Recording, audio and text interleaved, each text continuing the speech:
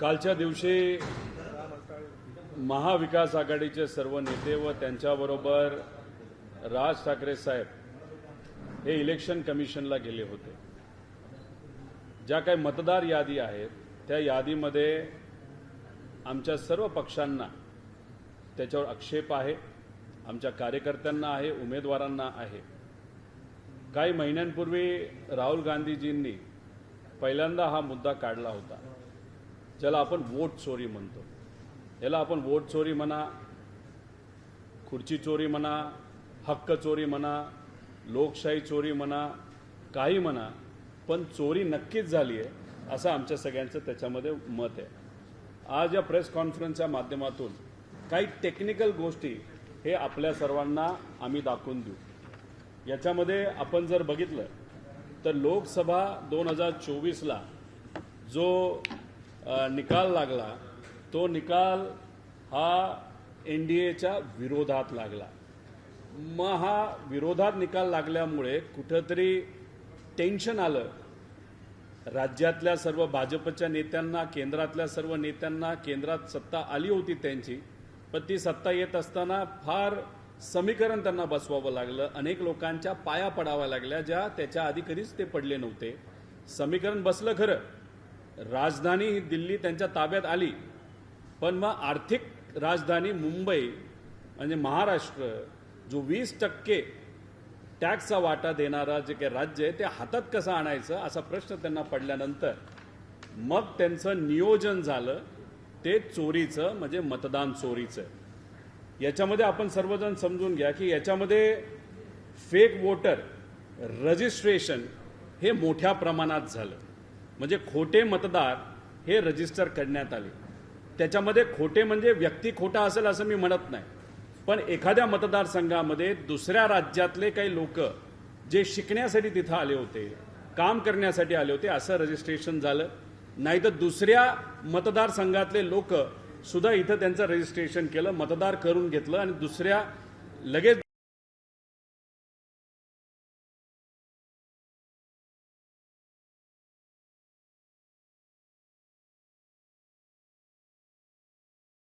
कधीच मतदान करत नाही असे मतदार हे मोठ्या प्रमाणात डिलीट करण्यात आले। त्याचे पुरावे मी पुढच्या वेळेस तुम्हाला देऊ, पुढच्या काही प्रेझेंटेशनमध्ये देऊ। त्याच्यानंतर दुबार मतदार नोंदणी झाली, म्हणजे अशा काही लोकांची दुबार मतदार नोंदणी झाली जे कदाचित सत्तेतल्या लोकांना मतदान हे करू शकतात, म्हणजे एकदा या बूथवर नंतर दुसऱ्या बूथवर जाऊन त्यांनी तिथं मतदान केलं, म्हणजे याच्यावर आक्षेप घेण्यासारखं आहे, अस्पष्ट आहे।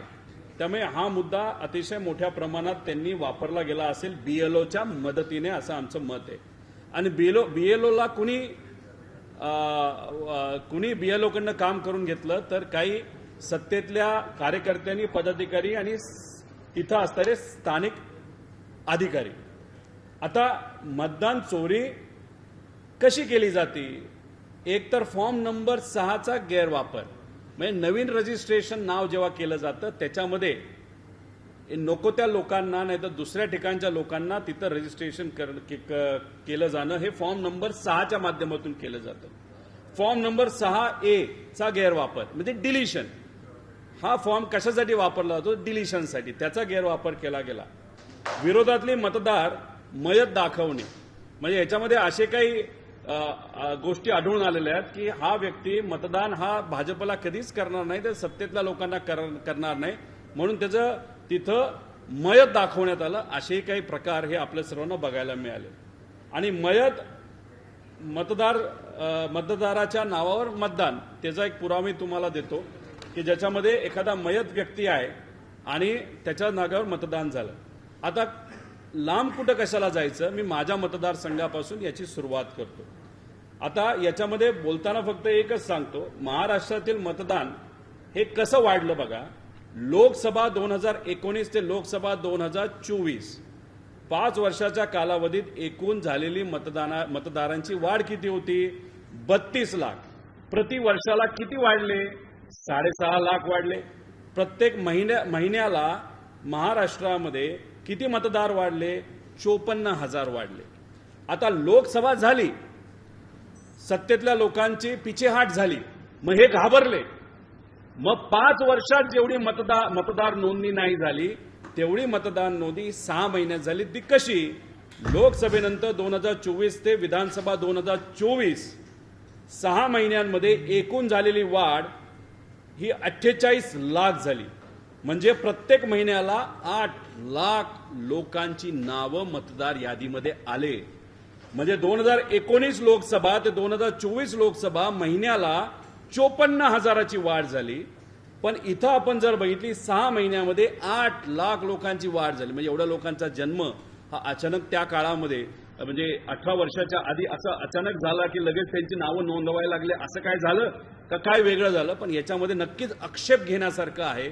डायरेक्ट 54,000 महिन्यावरनं वाढ ही 8 लाख महिन्याला तिथं वाढ झालेली आहे. आता महाराष्ट्रातील मतदान वाढलेले मतदारसंघ कुठले? एक मी तुम्हाला इथं यादी दाखवतो, म्हणजे थोडक्यात दाखवतो. ती यादी आहे ना, शेवटी दाखवतो. ठीक आहे, काय हरकत नाही. आता मी माझ्या मतदारसंघाचं तुम्हाला सांगतो. लोकसभा 2019 ते लोकसभा 2024 5 वर्षामध्ये माझ्या मतदारसंघामध्ये 26,000 मतदार वाढले. प्रति वर्षाला 5,229, प्रति महिन्याला 435. विधानसभा 2019 ते लोकसभा 2024 18,490 मतदार वाढले. 4,100 प्रत्येक वर्षाला, म्हणजे 341 महिन्याला वाढले. लोकसभा 2024 ते विधानसभा 2024 हे जास्त महत्वाचं आहे. 6 महिने 14,116 मतदार वाढले, म्हणजे महिन्याला 1,173.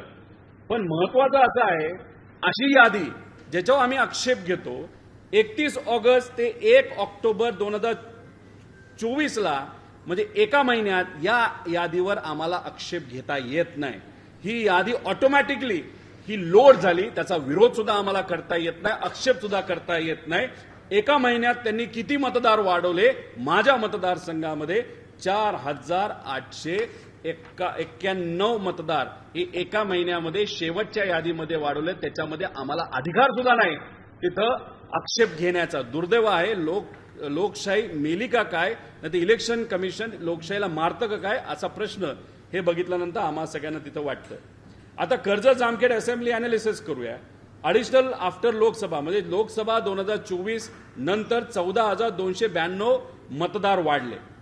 आता याच्यातून डिलीट किती झाले लोकसभेनंतर? म्हणजे कदाचित आम्हाला मतदान करणारे ही लोक असू शकतात, काही मयत सुद्धा त्याच्यामध्ये असू शकतात. किती कमी झाले? 6 महिन्यामध्ये 5,360 मतं कमी झाली. म्हणजे दिसताना काय दिसतं? 14,292 वाढले, 5,360 कमी झाले. प्लस मायनस करून 9,000 वाढले असं फक्त दिसतं. कदाचित तो आकडा कमी दिसतो, तसं नाही. वाढले 14,000, कमी झाले 5,300. आणि या कमी झाल्यामध्ये काही आमचे सुद्धा मतदार मोठ्या प्रमाणात त्याच्यामध्ये होते असं आमचं मत आहे.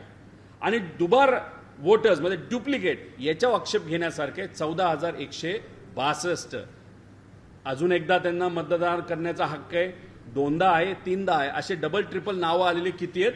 14,162. हे वेगळे, वाढलेले वेगळे, मायनस झालेले वेगळे, आणि त्याच्यात हे दुबार असणारे वेगळे.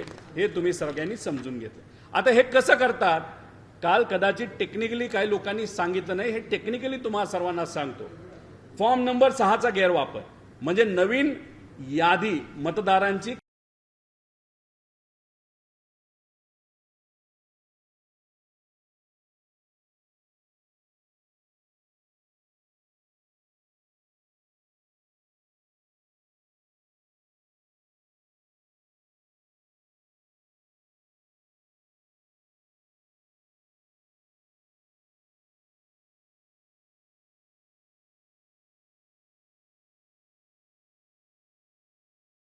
मतदानासाठी खोटे मतदार बाहेरून आणून इथं खोटे मतदार ऍड करण्यासाठी सगळ्यात मोठा वापर कशाचा झाला असेल तर तो आहे आधार कार्डचा.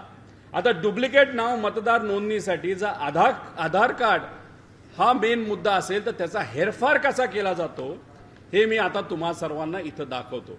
आता काय उदाहरण घ्यायचं?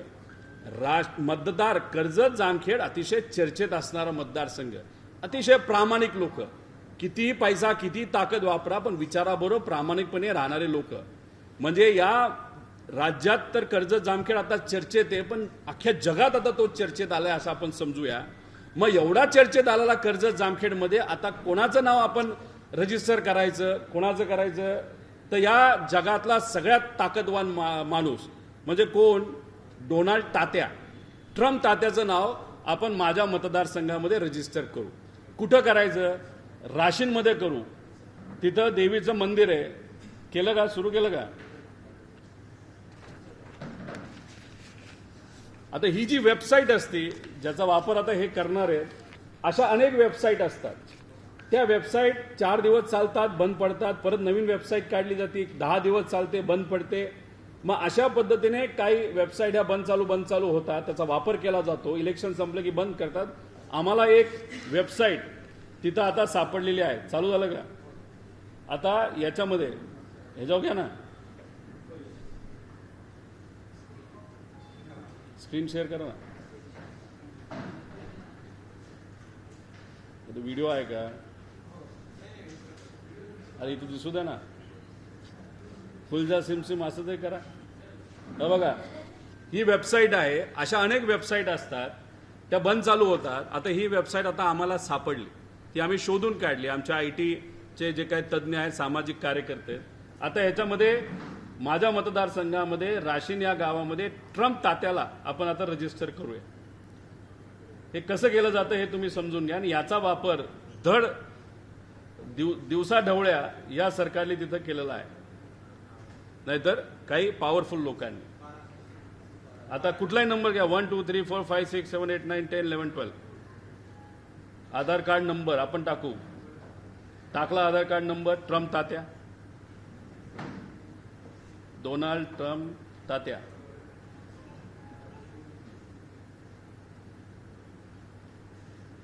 ठीक आहे. वडिलांचं नाव मला माहित नाही, जे करू. जे हाऊस नंबर माझ्या मतदारसंघात 0 हाऊस नंबरवर अनेक लोक रजिस्टर आहेत. 0 करा, नाही तर 7 करा. चला, नॉट 7. चला, काय हरकत नाही. गल्ली कुठलीही घ्या. गल्ली काय म्हणायची?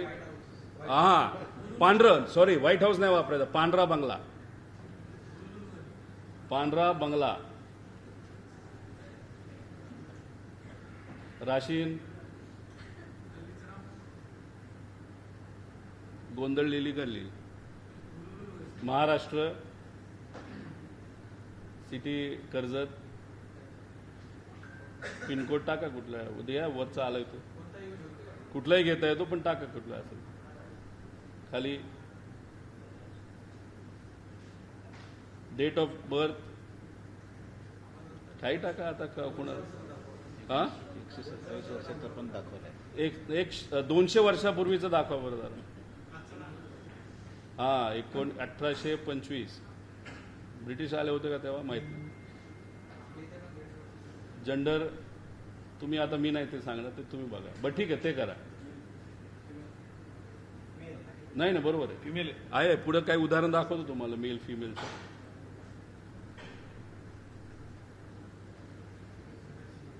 ओके. आता मराठी घ्या ना लँग्वेज. ताते आहे ना, मराठी. अरे हो, सगळं मराठी झालं बघा. पांढरा बंगला, राशीन, कर्जत, महाराष्ट्र आणि पिनकोड पण खोटा. सबमिट. 20 रुपये भरावे लागतात. ठीक आहे, आम्ही बोलतो. फोटो टाका. महाराष्ट्राचा आहे तर फेटा आलाच पाहिजे. चला, फेटा. Okay, submit. सबमिटेड. आता प्रिंट. झाला आधार कार्ड तयार. झाला आधार कार्ड. आता हे आधार कार्ड ट्रम्प तात्या राशीनमध्ये येणाऱ्या जिल्हा परिषद इलेक्शनमध्ये मतदान करणार. आलं बघा. ते उमेदवार येऊ शकतात. रिपब्लिकन पक्षाचे होतात का कुठल्या माहित नाही. आमचे हे ट्रम्प तात्या हे झाले राशीनचे मतदार. कदाचित हे ID प्रूफ आहे. हे फक्त बघितलं जातं. सगळी खोटी माहिती कशी टाकली जाते. आता हा वेबसाईट आहे, मी ओपनली तुम्हाला सर्वांना दाखवल्यानंतर कदाचित जे कुणी असेल ती वेबसाईट सुद्धा बंद करू शकतात. अशा पद्धतीने अनेक वेबसाईटचा वापर केला. आता ट्रम्प तात्या झाले आहेत आमचे मतदार राशींचे. आता मी आधार कार्ड त्यांचं झाले, मतदार झालेले आहेत, कदाचित हे उभा सुद्धा राहू शकतात. घराचा खोटा नंबर, मेलचं फिमेल केलं, बंगला कुठलाही टाकला, कुठेही क्रॉस व्हेरिफिकेशन नाही, आधार कार्ड नंबर सुद्धा डुप्लिकेट तिथं झालेला आपण सगळ्यांनी बघितला. फक्त हे बघितलं जातं ना, अधिकारी डोळे झाक पद्धतीने अशा पद्धतीने मतदान तिथं करून घेतात. आता मी म्हणतो की ठीक आहे, तुम्ही म्हणाल डोनाल्ड ट्रम्प तात्याचं असंच करून टाकलं होतं. आता आपण बीडला कुठे आहे का ते मध्ये आम्ही अजून करायचं असेल तर तिथं करू शकतो. म्हणजे हे अशा पद्धतीने घोळ करून ह्यांनी काय केलं आता मी तुम्हाला प्रेझेंटेशनमध्ये दाखवतो. माझ्या मतदारसंघाचा मुद्दा आहे, हे बघा, सुरू करा ना. कर्जत जामखेडची ही इन्फॉर्मेशन आहे. आम्ही इलेक्शन कमिशनवर आक्षेप घेतोय. इलेक्शन कमिशन ज्या पद्धतीने काम करतं, बीएलओ ज्या पद्धतीने काम करतात, जे कोणी सत्तेत असेल ते सत्तेत असणारे लोक इलेक्शन कमिशनचा, अधिकाऱ्यांचा, बीएलओचा कशा पद्धतीने गैरवापर करू शकतात हे तुम्ही बघा. एका व्यक्तीची 6 वेळेस मतदार यादीत नोंदणी आहे. एकच माणूस 6 वेळा आहे आणि हे डिलीट सुद्धा तिथं झालं नाही. म्हणजे हा व्यक्ती एकदा इकडं एकदा तिकडं कधी किती वेळा सुद्धा म्हणजे 6 वेळा मतदान करू शकतो. म्हणजे एक व्यक्ती, नंबर वेगळे वेगळे आणि शेवटच्या यादीत, ज्या यादीवर मला आक्षेप घेता नाही आला त्याच यादीमध्ये यांची नोंद झाली. म्हणजे एक व्यक्ती 6 वेळेस मतदार यादीमध्ये आलेला आहे. आता पुढचं, केवळ घरचा पत्ता बदलून एक व्यक्तीचे 3 ठिकाणी नोंदणी झालेली आहे. हे पुरावे इथं दिलेले आहेत बघा. याच्यामध्ये ते जॅकेट घातलेला माणूस आहे, याचं कोट घातलेला, केवळ घरचा पत्ता बदलला, फक्त घरचा पत्ता बदलला. कसा बदलला तर असा बदलला, सिस्टमच्या थ्रू बदलला. आणि किती वेळा त्याचं नाव आलं मतदार यादीत? 3दा आलं. ऑब्जेक्शन बीएलओली घेतलेलं नाही. बीएलओली तिथं जाऊन फिजिकली चेक केलेलं नाही. एकाच ठिकाणी जसं काय वरून आदेश आले तशा पद्धतीने असंच ओके ओके ते करत गेले.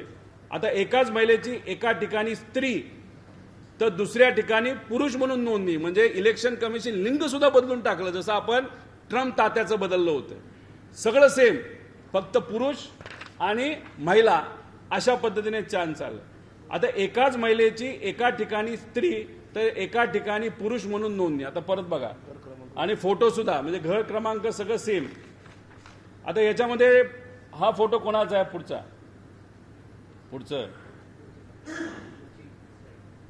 पुढची स्लाइड.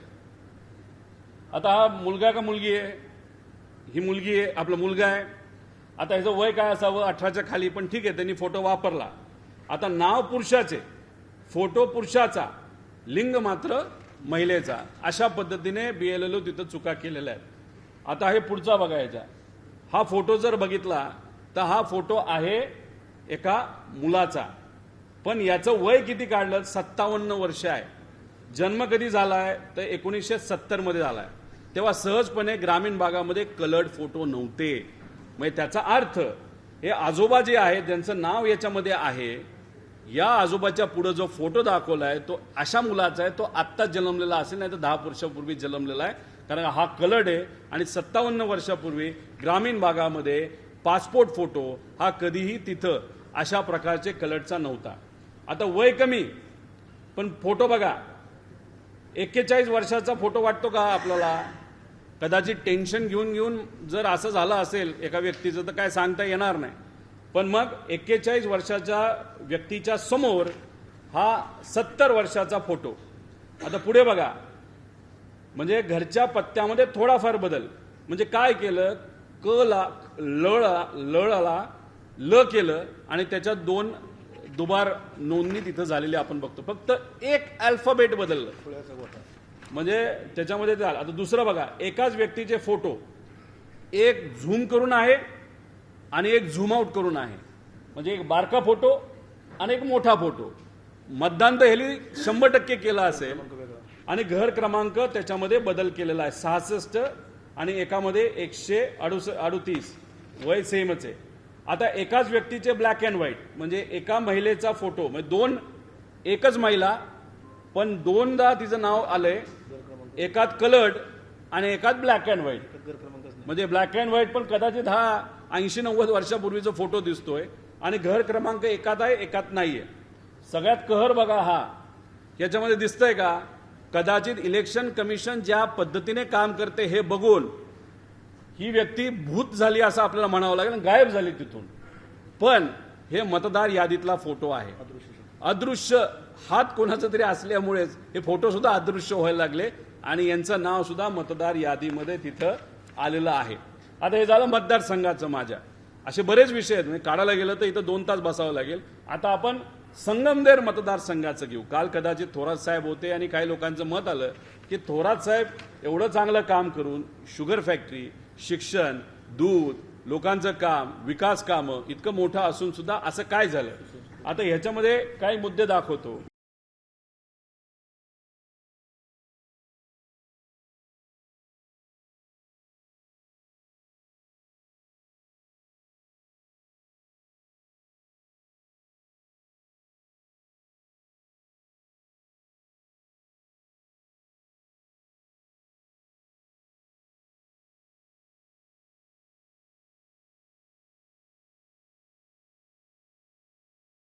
रंजना अनिल शिंदे म्हणजे आई सेम,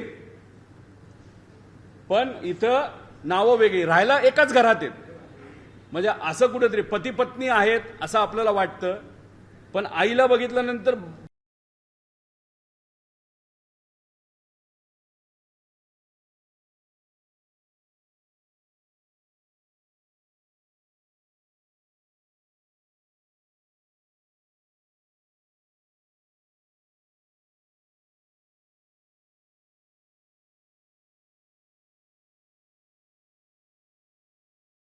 काढले. म्हणजे उद्या जाऊन कुणी ऑब्जेक्शन घेऊ नये. मग ह्याच्यात कुणी विद्यार्थी आहे, कुणी बिहारची विद्यार्थी आहे, कुणी अजून कुठेतरी आहे, नाव फक्त बदललं, फोटो दिला आणि करून घेतलं मतदार. त्यामुळे ह्याच्यात तुम्ही झूम केलं तरी तुम्हाला तिथं कोणाचा फोटो आहे हे कळूच शकत नाही. हे बीएलओचं काम होतं क्रॉस व्हेरीफाय करायचं, इलेक्शन कमिशनच्या यंत्रणेचं काम होतं की अशा गोष्टी घडू नये. दुर्दैवाने ह्या संगमनेरमध्ये घडल्या, फक्त संगमनेरमध्ये घडल्यात असं नाही, त्या प्रत्येक मतदारसंघामध्ये तिथं घडलेल्या आहेत. आता बल्क डिलिशनचं जे मी म्हणत होतो, सरसकट डिलीट करून टाकले. बघा हे कोणतं, ह्याच्यामध्ये काही जे नाव आहे ज्याचं डिलीट नाही लिहिलं त्याच्यामध्ये ते डिलीट नाही झाले आणि डिलीटेड आहेत. आता हे जर तुम्ही बघितलं एका पेजवर ही मतदार यादी आहे. कदाचित हे लोक थोरात साहेबांना मतदान करणारच नव्हते म्हणून एकाच पेजवर सरसकट डिलीट त्यांनी करून दाखवलेलं आहे. मध्ये आधी 2-3 सोडले तर. म्हणजे कुठे ना कुठेतरी याच्यामध्ये एक विचार दिला गेला सत्तेतल्या लोकांतून आणि अशा पद्धतीने त्यांनी तिथं केलं. बल्क डिलिशनचं पुढचंही एक्झाम्पल तुम्हाला इथं मी दाखवलेलं आहे. ठराविक सोडले तर सरसकट डिलीटेड म्हणून त्यांनी यादी दाखवलं. कुठल्या यादीत? शेवटच्या यादीमध्ये. का त्या शेवटच्या यादीमध्ये त्यांनी केलं? कारण त्याच्यावर आम्हाला आक्षेप घेता येत नाही. डायरेक्ट मतदानाला ही लोक येतात, नाही तर येत नाहीत, आणि आले तर डिलीटेड नाव असल्यामुळे त्यांना मतदान करून देत नाहीत. आता धुळे ग्रामीणचं मी तुम्हाला काही उदाहरण ह्याच्यामध्ये दाखवतो.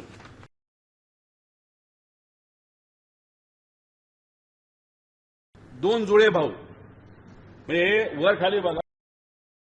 पण आमचं असं मत आहे की हा फोटो बघा आणि या हिरोचा फोटो बघा, 1 वर्ष अलीकडचा फोटो असेल नाही तर पलीकडचा असेल, म्हणजे एकाच ऍड्रेसवर किती लोकांचं नाव रजिस्टर्ड आहे? 4 लोकांचं. फोटो तेच, त्याचेच फोटो, म्हणजे 4 जुळे भाऊ, नाव तेच, घर तेच, आणि मतदार यादीमध्ये त्यांचं नाव शाबूद आहे. आश्चर्य आहे.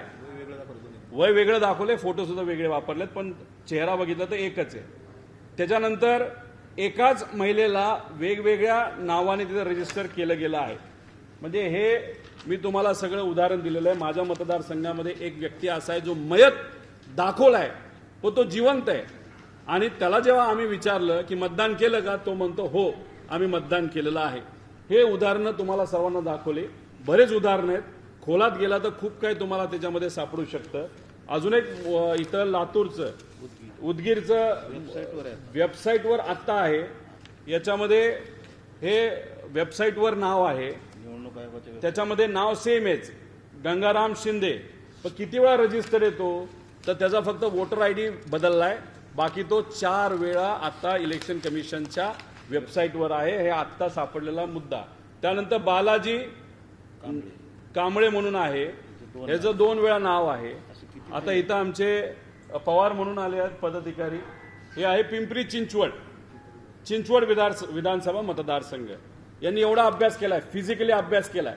आता ह्याच्यामध्ये काय त्यांचं मत आलंय, आक्षेप काय, 54,660 नावं ही लोकसभेनंतर वाढली, बरोबर ना पवार? याच्यामध्ये शिरूर विधानसभा मतदारसंघाची किती नावं आहेत? 10,230. वडगाव शहरीतली किती आहेत? 11,064. खडकवासल्यामधून किती रजिस्टर आहेत? 12,330. पर्वती मतदारसंघातले किती? 8,238. हडपसर मतदारसंघाचे किती आहेत? 12,798. 54,000 नावं वाढवली आहेत. मग हे आमचे कार्यकर्ते तिथं गेले माणसं शोधायला, एक सुद्धा माणूस तिथं सापडेना.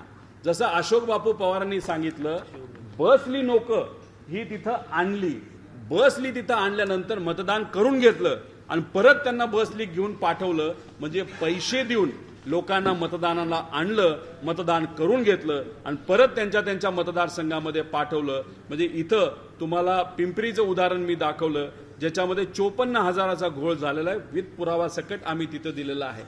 आता ह्याच्यात खोलात जायचं झालं तर याच्यात आमचं असं मत आहे की याच्यामध्ये एक मेथोडॉलॉजी डिझाईन केली गेली. आता ती कुणी डिझाईन केली असं आमचं मत आहे. दिव्यांग दिवे नावाच्या एका व्यक्तीने तिथं केलेली आहे. देवांग दवे ही व्यक्ती कोण आहे तर भाजपचे पदाधिकारी आहेत. मग यांनी काय केलं तर यांनी एक मेथोडॉलॉजीचा वापर केला. किती लोकांना काढायचं, कोणाला काढायचं, कोणाला घालायचं, टोटल कोऑर्डिनेशन कसं करायचं, काय करायचं. इलेक्शन कमिशन ही स्वायत्त संस्था आहे. या स्वायत्त संस्थेचं इंटरनेट नाही तर त्यांची वेबसाईट हे हँडल करण्याची जबाबदारी कोणाला इलेक्शन कमिशन दिली तर ही दवे नावाच्या या व्यक्तीला तिथं दिलेली आहे. इलेक्शन कमिशनच्या वेबसाईटवर काय काय माहिती असती, सगळी माहिती असते. आणि मग ही माहिती जर दवेला तिथं वेबसाईट वापरण्यासाठी दिला असेल, दवे हा जर भाजपचा पदाधिकारी असेल तर आमच्या आधी दवेकडे सगळी माहिती होती. त्याच्यामध्ये काय ऍड करायचंय, काय मायनस करायचंय हे दवेली त्या आमदारांना नाही तर उमेदवाराला विश्वासात घेऊन केलं असं आमचं ठाम तिथं मत आहे. कारण का एवढी मोठी इन्फॉर्मेशन जर एका व्यक्तीला, भाजपच्या पदाधिकाऱ्याला वेबसाईटच्या माध्यमातून मिळत असेल आणि आम्ही जेव्हा मागतो तेव्हा आम्हाला सांगितलं जातं, जा तुम्हाला देत नाही, ही देत नाही, ती देत नाही. आम्ही माहिती मागायला गेलो तरी आमच्या नेत्यांना सांगितलं जातं ही माहिती तुम्हाला आम्ही देऊ शकत नाही. कोर्टात जेव्हा जातो तेव्हा कोर्ट निकाल द्यायच्या आधी हे तिथं कुठेतरी निर्णय काढून घेतात की अशा पद्धतीची माहिती आम्हाला देता येत नाही. त्यामुळे आमची मागणी काय तर आमची मागणी आहे की याच्यामध्ये आता ही प्रेस माझी पहिली असं नका समजू. जेव्हा माझा निकाल लागला 23 तारखेला निकाल लागला नोव्हेंबरला, 27 नोव्हेंबरला पुण्यामध्ये मी पहिली प्रेस कॉन्फरन्स घेतली आणि सांगितलं होतं काहीतरी गडबड आहे. आणि मग आता सगळ्या गोष्टीचा अभ्यास केल्यानंतर ह्या सगळ्या गोष्टी आता बाहेर येत आहेत. त्यामुळे आमच्या अशा मागण्या आहे की मतदार वाढीचे विश्लेषण आम्हाला त्यांनी दिलं पाहिजे.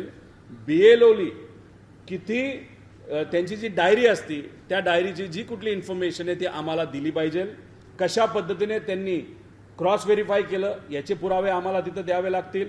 आणि सविस्तर माहिती ही कुठल्याही परिस्थितीमध्ये आम्हाला देणं हे महत्त्वाचं आहे.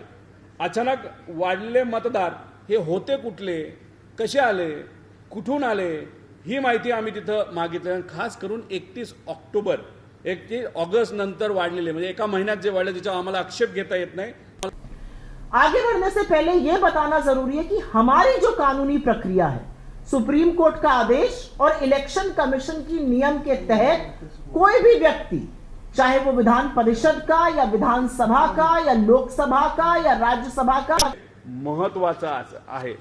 त्याच्याच बरोबर आपण जर बघितलं तर याच्यामध्ये डिजिटल मतदार याद्या, आता तुम्ही म्हणताय डिजिटल इंडिया आणि मतदार याद्या मतलब तुम्ही डिजिटल आम्हाला देत नाही, आम्ही प्रिंट देतो, हे देतो, ते देतो. म्हणजे आम्ही फक्त कामच केलं पाहिजे, खोलात गेलं पाहिजे, त्याच्यापेक्षा आम्हाला डिजिटल मतदार याद्या मिळाल्या पाहिजे.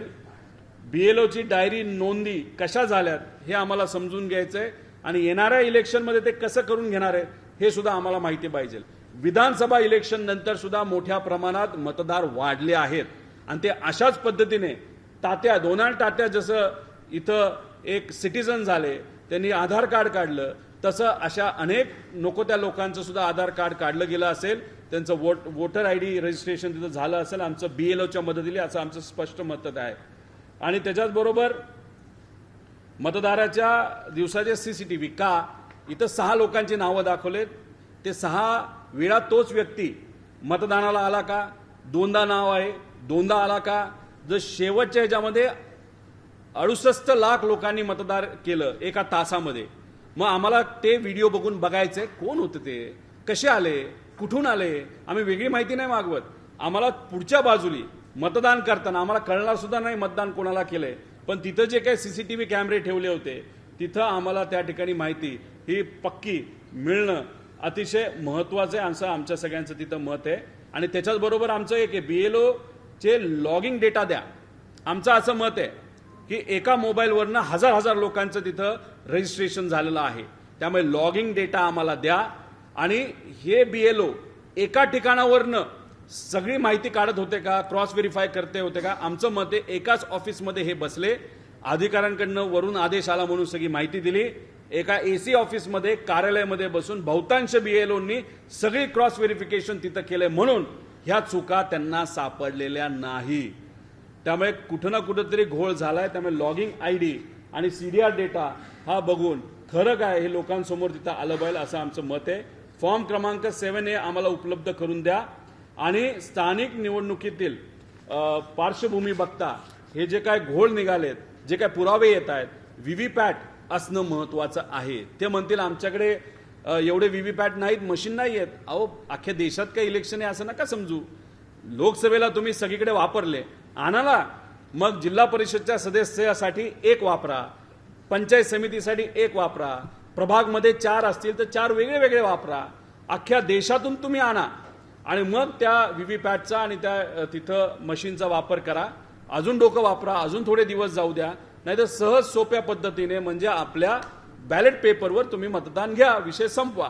त्यामुळे एकतर मशीन, मतदार यादीमधला घोळ जोपर्यंत क्लिअर होत नाही तोपर्यंत तुम्ही इलेक्शन कशाला घेता. लोकांचा विश्वास इलेक्शन कमिशनवर राहिलेला नाही. इलेक्शन कमिशनमध्ये सुद्धा काय आज अधिकारी आहेत ज्याची नावं कदाचित पुढे जाऊन आम्हाला घ्यावी लागतील, पण आज आमचा आक्षेप इलेक्शन कमिशनवर आहे, प्रक्रियेवर आहे, तिथं मतदार यादीवर आहे. आणि अशा पद्धतीने ID प्रूफ खोट्या पद्धतीने करून त्याचा वापर करून खोटी मतदार नोंदणी करून तिथं मोठ्या प्रमाणात पैशाचा वापर केला आणि लोक बाहेरून आणून हे तिथं त्यांनी तिथं मतदान करून घेतलं. आणि आज हे सगळे सत्तेत आहेत. त्यामुळे आम्ही सत्तेत, ठीक आहे तुमचं सरकार ठेवा, आम्हाला काही घेणं देणं नाही तुमच्या सरकारचं, पण याच्या पुढे लोकशाहीचा गळा जे तुम्ही दाबत आहात अशा पद्धतीने गैरव्यवहार करून तुम्ही संविधानाला धोक्यात आणताय. तुम्ही तिथं उद्या जाऊन कदाचित लोकसभेचं इलेक्शन जेव्हा येईल तुम्ही 400 पेक्षा जास्त तुमचे खासदार निवडून आणाल आणि जे तुमचं स्वप्न होतं संविधान बदलायचं, आरक्षण सर्व समाजाचं काढून टाकायचं, हे तुम्ही येत्या काळामध्ये करू शकतात अशी आम्हाला भीती आहे. त्यामुळे सुरुवात ही स्थानिक स्वराज्य संस्थेमध्येच तुम्ही ते बदल करावेत. आम्ही डोळ्यात तेल घालून तिथं लक्ष देऊनच आहोत, पण अशा पद्धतीने लोकशाहीचा गळा जर तुम्ही दाबत असाल तर हे आम्हाला पटणार नाही. आणि जी यादी तुम्हाला सांगत होतो ती ही यादी आहे. सगळ्यात जास्त घोळ जर लोकसभा 2024 आणि विधानसभा 2024 या 6 महिन्यामध्ये सगळ्यात जास्त मतदान कुठं वाढलं असेल विधानसभा मतदारसंघाप्रमाणे तर पनवेलमध्ये हे किती वाढले, 60,000 65,000 वाढले, बरोबर ना. किती कुठे दिसतंय, 60,000 कमी करा अजून. कल्याण रूरल 57,000 वाढले, भोसरी 56,000, नीरा भाईंदर हे 53,000, नाळा सुपारा 50,000, चिंचवड 45,000, हडपसर 43,000, मुंबई काळवा 41,000. म्हणजे तिथं बघा किती मोठ्या मतदानाने आमचे आवाडसाहेब जिंकले असतील. मालेगाव सेंटर म्हणजे असं ते सगळं बघितलं तर अशा पद्धतीने ते वाढलेलं आहे आणि याच्यामध्ये असा घोळ झालेला आहे. त्यामुळे काही ठिकाणी आमच्या लोकांचं मतदान त्यांची लीड ही कमी तरी झालेली आहे, नाही तर बहुतांश लोक तिथं दुर्दैवाने पडलेले आहेत. अशी परिस्थिती तिथं आहे आणि अशा पद्धतीने हे, त्यामुळे हे कसे वाढले हे आम्हाला सगळ्यांना तिथं बघायचं आहे. त्यामुळे वोट चोरी, गद्दी चोरी, खुर्ची चोरी, लोकशाही चोरी, संविधान चोरी, जे काय म्हणायचं तुम्ही म्हणा, पण चोरी नक्की झाली आहे हे कुठं आता तिथं पुराव्यासकट आपल्या सगळ्यांना बघायला मिळतं.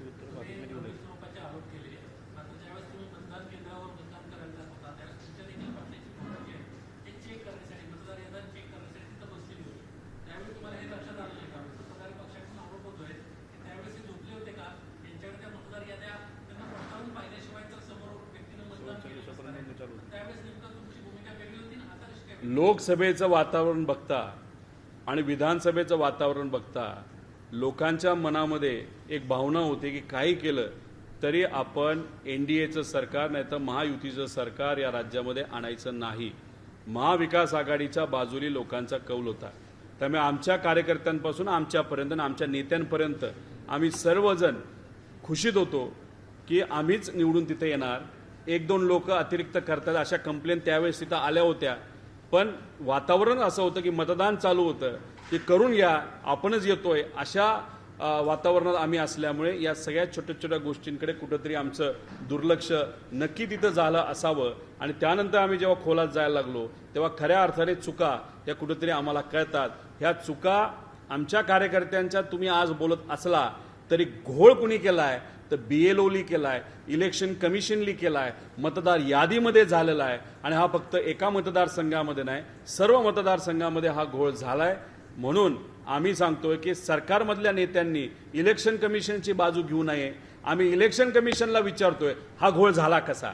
BLOला तुम्ही त्या ठिकाणी का सांगत नाही. आम्ही बोलतो इलेक्शन कमिशनला, आम्ही बोलतोय त्या इलेक्शन कमिशनच्या अधिकाऱ्यांवर, आणि उत्तर मात्र देतात हे भाजपचे नेते. मग मुख्यमंत्री साहेबांना थोडी आम्ही विचारतोय की बाबा नो काय झालं कसं झालं. तुम्ही नका देऊ उत्तर, इलेक्शन कमिशनली उत्तर तिथं आम्हाला द्यावं.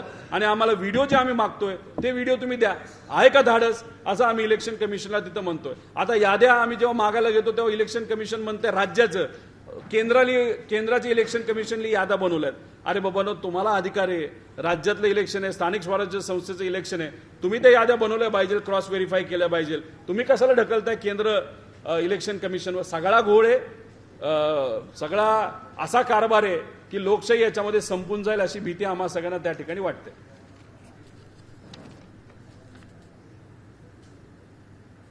आता मुख्यमंत्री साहेबांची एक सवय आहे, काही बोललो ते पुरावे द्या. पुरावे तर दिले, ते सिडकोच्या बाबतीत सुद्धा पुरावे मागितले, पुरावे दिले. पण पुरावे देऊन करता काय तुम्ही नुसते पुरावे मागता, मीडियासमोर फक्त वेळ मारून घेता. आणि हे सगळे पुरावे दिल्यानंतर मात्र तुम्ही म्हणता की नाही नाही असं नसतं तसं असतं, त्यावेळेस कळलं नाही का. म्हणजे झालं असं की लोक आज मरतायत, लोकशाही आज धोक्यात आली. आणि तुम्ही दाखले देताय की इंदिरा गांधींच्या वेळेस काय झालं, तिथं राजीव गांधींच्या वेळेस काय झालं, गेले तेव्हा काय झालं हे नाही, आजचं सांगा. आज लोक मरतायत, आज तुम्ही अशा पद्धतीने निर्णय घेताय. पण कधी अंगावर आलं तुमच्या वेळेस असं झालं, त्यावेळेस असं झालं. म्हणजे भूतकाळ, आम्हाला भूतकाळ नको, आम्ही युवा वर्ग आहोत, आम्ही 60% लोक आहोत. वर्तमान काळामध्ये तुम्ही काय करणार आहात, कारण भविष्य आज धोक्यात आहे. वर्तमानाबद्दल काय बोलायचं तुम्ही बोला, पण यावर कदाचित त्यांच्याकडे उत्तर नसावं. आणि उत्तर हे नेत्यांनी द्यावं अशी आमची अपेक्षा सुद्धा नाही. आमचं मत आहे इलेक्शन कमिशनवर. त्यामुळे येत्या काळामध्ये आमच्या सर्व नेत्यांच्या माध्यमातून ठिकठाकाने लोकांना हे सगळे विषय कळले पाहिजे, या अनुषंगाने आम्ही सर्वजण नक्कीच तिथे लढणार आहोत.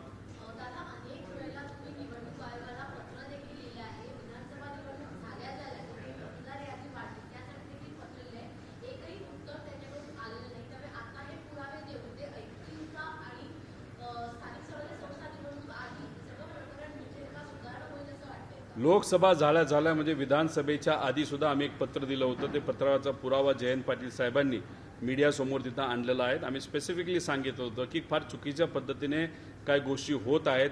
तिथं मतदान म्हणजे काय तर कॉलेजेसमध्ये आपण जर बघितलं तर कॉलेजेसमध्ये शिकण्यासाठी मुलं कुठून आले आहेत, बिहार, UP, दिल्ली वगैरे. आणि अचानक त्या बूथवर ही सगळी मुलं दिसायला लागले मराठी मुलं म्हणून. म्हणजे अशा पद्धतीने तुम्ही आधार कार्ड बदललं, ही लोक आली. त्यावेळेस आम्ही आक्षेप घेतला, आत्ता सुद्धा आम्ही आक्षेप घेतला. पण सातत्याने आमचं कामच आहे की लोकशाही टिकवण्यासाठी आम्ही सर्वजण एवढ्या मोठ्या सत्तेच्या विरोधात, पैशाच्या विरोधात, दडपशाहीच्या विरोधात तिथं लढत आहोत. आत्ता सुद्धा आम्ही तोच प्रयत्न करतोय की लोकांना सांगतोय की बघा लोकशाही आज धोक्यात आहे, संविधान धोक्यात आहे. आणि आज संविधान धोक्यात असेल तर उद्या जाऊन सर्व आरक्षणं सुद्धा धोक्यात येतील, कारण का भाजपला काय करायचंय, सत्तेतल्या लोकांना काय करायचं, संविधान बदलायचं, आरक्षण पूर्णपणे तिथं काढून टाकायचंय आणि पूर्णपणे एकदा या देशामध्ये मनुवाद कसा येईल याचा प्रामाणिक प्रयत्न सत्तेतले लोक तिथं करत आहेत. आणि दुर्दैवाचं इलेक्शन कमिशन ही स्वायत्त संस्था आहे, त्याचा वापर केला जातो. ईडी स्वायत्त संस्था त्यांचा वापर केला जातो, सीबीआय स्वायत्त संस्था त्यांचा वापर केला जातो, आरबीआयचा वापर दुर्दैवाने त्या ठिकाणी सरकारला उगाच तिथं पैसे देण्यासाठी तिथं केला जातो. म्हणजे स्वायत्त संस्था या देशामध्ये राहिलीच नाही, म्हणजे कुठेतरी उद्या जाऊन संविधान सुद्धा राहणार नाही अशी भीती आम्हा सगळ्यांना तिथं वाटते. आता इलेक्शन कमिशनवर सातत्याने आरोप होतात, राहुल गांधींची तुम्ही करतायत, पण दखल कोणीच घेत नाही ना. इलेक्शन कमिशन घेत नाही, न्यायालय सुद्धा घेत नाही. याच्यावर पर्याय काय विरोधकांकडे, काय ऍक्शन काय? शेवटी आम्ही प्रयत्न करणार लोकांपर्यंत मीडियाच्या मदतीने हा विषय घेऊन जायला, इलेक्शन कमिशनपर्यंत हा विषय घेऊन जायला. सुप्रीम कोर्टामध्ये आम्ही तिथं प्रयत्न करत आहोत. आता सुप्रीम कोर्टाची पण परिस्थिती आज आपण बघितली तर तिथं जे सर्वात प्रमुख सुप्रीम कोर्टाचे जे आहेत त्यांच्यावर RSS विचाराचे नाहीतर मनुवाद विचाराचे लोक बूट टाकण्याचा सुद्धा तिथं विचार करतात. म्हणजे ही परिस्थिती सुप्रीम कोर्टाची आहे, न्यायव्यवस्थेची आहे. आमचा त्यांचा विश्वास आहे, पण कुठं ना कुठंतरी काय ना काहीतरी गोष्टी झाल्या पाहिजे. ह्या गोष्टी कधी होऊ शकतात, जेव्हा लोकातून एक उठाव होईल. लोक जेव्हा रस्त्यावर लोकशाही टिकवण्यासाठी, संविधान टिकवण्यासाठी जेव्हा रस्त्यावर येतील तेव्हाच काहीतरी बदल होईल असं आम्हा सगळ्यांना वाटतं. तेव्हा रस्त्यावरची लढाई येत्या काळामध्ये लढावी लागेल का काय असा प्रश्न आता आम्हा सगळ्यांना पडायला लागलेला आहे.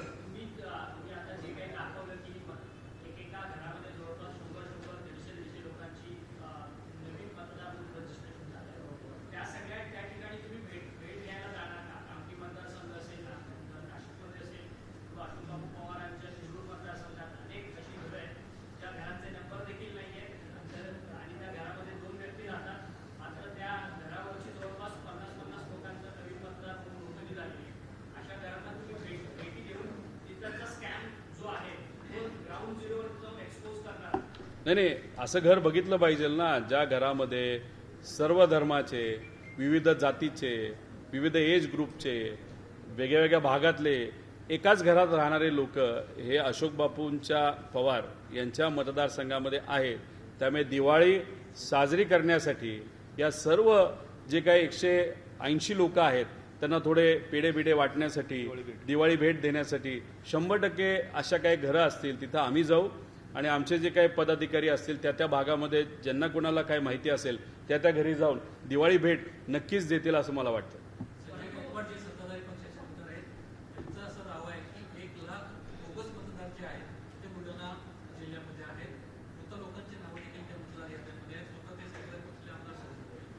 आम्ही हेच म्हणतोय, आम्ही वर्ष झालं हेच म्हणतोय की मृत व्यक्तींची नावं ही ठेवली जातात आणि तिथे काही ठिकाणी बूथ ताब्यात घेतलं जातं. जसं बीड जिल्ह्यामध्ये सुद्धा बऱ्याच गावांमध्ये झालेलं आपण तिथं बघितलेलं आहे. आणि मग तिथं काय होतं की मृत व्यक्तीच्या नावावर दुसराच कुणीतरी येतो, बटन दाबतो, निघून जातो. मग आम्ही जेव्हा CCTV कॅमेरा मागतो की तेव्हा CCTVमध्ये कळतं की बाबांनो कोण आलं, कुणी मतदान केलं. मग ते कळू नये म्हणून राज्य सरकारच्या काही नेत्यांनी केंद्र सरकारच्या लोकांना सांगितल्यानंतर इलेक्शन कमिशनला आदेश आला आणि त्यांनी सांगितलं की आम्ही तुम्हाला CCTV देऊ शकत नाही. याच्यासाठीच आम्ही CCTV मागतो की हे खोट्या गोष्टी तिथं कळल्या पाहिजे. आता गायकवाड जे तिथं सत्ताधारी आमदार आहेत ते जर म्हणत असतील की बुलढाण्यामध्ये 1 लाख लोकांची नावं वाढली असेल तर आता घरचंच आहेर सत्तेतल्या लोकांना मिळाला असं आपल्याला म्हणावं लागेल. आणि मग अशा पद्धतीने आता सत्तेतलीच लोक बोलायला लागली. मग कुठं ना कुठंतरी आम्ही जो आवाज उठवतोय तो आवाज आता सत्ताधारी लोकांच्या कानावर पण ते कसे का निवडून आलेलं का असं ना.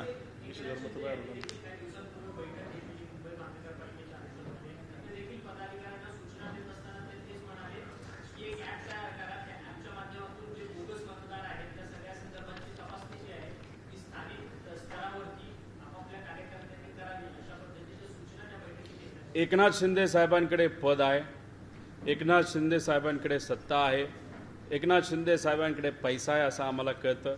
एकनाथ शिंदे साहेबांकडे कार्यकर्त्यांची फौज आहे, आमदारांची फौज आहे. पण एकनाथ शिंदे साहेबांकडे दवे नावाची व्यक्ती आहे का जी सिस्टममध्ये जाऊन घोळ करू शकते?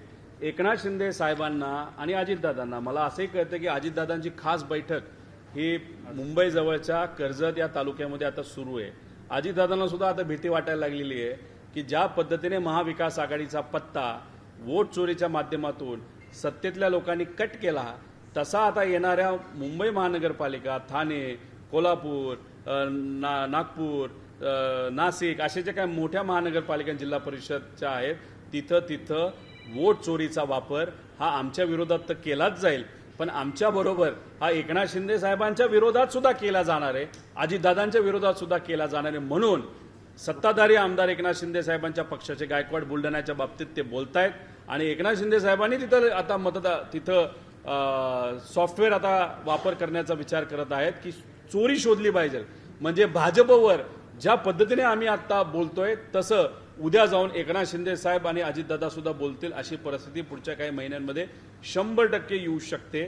त्यामुळे कोण चोरी करते तर भाजपचे काही पदाधिकारी चोरी करत असावेत अशी शंका आम्हाला आहे आणि ती शंका याच्यासाठी वाढत चाललेली आहे. आम्ही बोलतो इलेक्शन कमिशनवर, उत्तर मात्र भाजप तिथं देत आहे. त्यामुळे तिथंच कुठंतरी काहीतरी गोम आहे नाहीतर अडचण आहे असं आमचं मत आहे.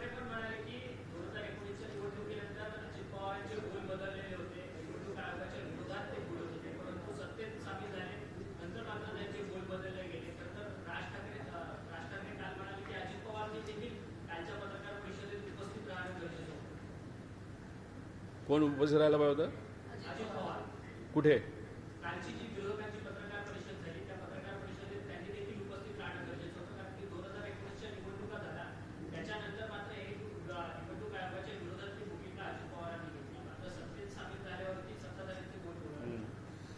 हे कधीपर्यंत बोलतील? स्थानिक स्वराज्य संस्थेपर्यंत बोलतील. जेव्हा स्थानिक स्वराज्य संस्थेमध्ये त्यांना कळेल इलेक्शन कमिशनचा वापर करून अजितदादांच्या पक्षाचा काटा काढला, एकनाथ शिंदे साहेबांच्या पक्षाचा काटा काढला, त्यानंतर म्हणजे स्थानिक स्वराज्याचे इलेक्शन झाल्यानंतर मात्र एकनाथ शिंदे साहेब सुद्धा आमचे आणि अजितदादा सुद्धा हे तिथं इलेक्शन कमिशनला आमच्याबरोबर, आता राज ठाकरे साहेब आलेत, उद्या हे दोघं सुद्धा तिथं आपल्याला दिसतील लोकसभा आणि विधानसभा इलेक्शनच्या आधी, असं आपल्याला म्हणावं लागेल.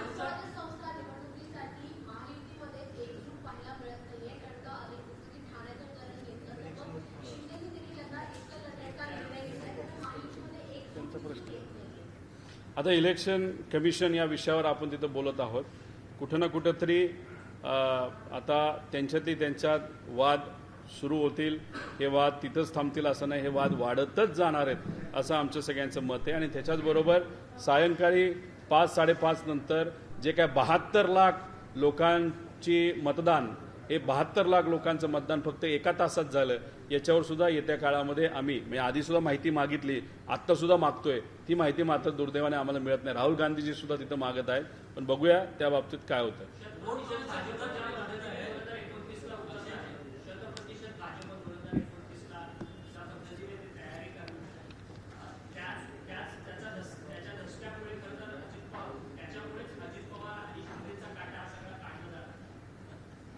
हे बघा, अजितदादांचे अनेक आमदार भाजपच्या संपर्कात आहेत. मी काय वेगळं बोललो होतो का? अहिल्यानगर शहराचा जर आमदार बघितला तर आता ज्या पद्धतीने ते भाष्य करतायत, दादांनी झापून सुद्धा, पत्र देऊन सुद्धा, नोटीस काढून सुद्धा त्यांचं चालूच आहे काय प्रकरण. आम्हाला असं करते पुढच्या महिन्यामध्ये 10 मोठ्या सभा घेतल्या जाणार आहेत. म्हणजे देशात भाजपचं सरकार, राज्यात भाजपचं सरकार, आणि आक्रोश कोण करतोय? तो हिंदू आक्रोश करतायत. आणि त्याच्यात कोण बोलणार आहे? तर ही सगळी बोलणार आहेत. म्हणजे अजितदादांचं सुद्धा आहे. म्हणजे कुठं ना कुठं तरी एक आमदार भाजप दादांचा फोडत चाललेला आहे. तसंच आपण एकनाथ शिंदे साहेबांचं सुद्धा तिथं बोलू शकतो. त्यामुळे बघता बघता त्यांचे 20, 25, 30 आमदार कसे त्यांच्या हातातून सुटून जातील हे कळणार नाही. आणि काही नेते एकनाथ शिंदे साहेबांच्या पक्षामध्ये सुद्धा आहेत जे आता भाजपशी संपर्कात राहून हे सगळे आमदार फोडतायत. आणि अजितदादांच्या पक्षामध्ये सुद्धा जे कोकणातले मोठे नेते आहेत, तटकरे साहेब, ज्यांनी आता पक्ष ताब्यात घेतलाच आहे असं आपलं समजावं लागेल, त्यांच्या माध्यमातून काही आमदार असं बघता बघता 2029 लोकसभेच्या आधी बरेच आमदार हे भाजप बरोबर गेले असतील. पण लोकच इतकी कंटाळलेले असतील, उड्या मारणाऱ्या लोकांना हे आपण कुठेतरी झूमध्येच बघूया अशी भूमिका लोक घेतील आणि सामान्य लोकांना मात्र निवडून देऊया अशी भूमिका लोक घेतील असा विश्वास आम्हाला सगळ्यांना वाटतो.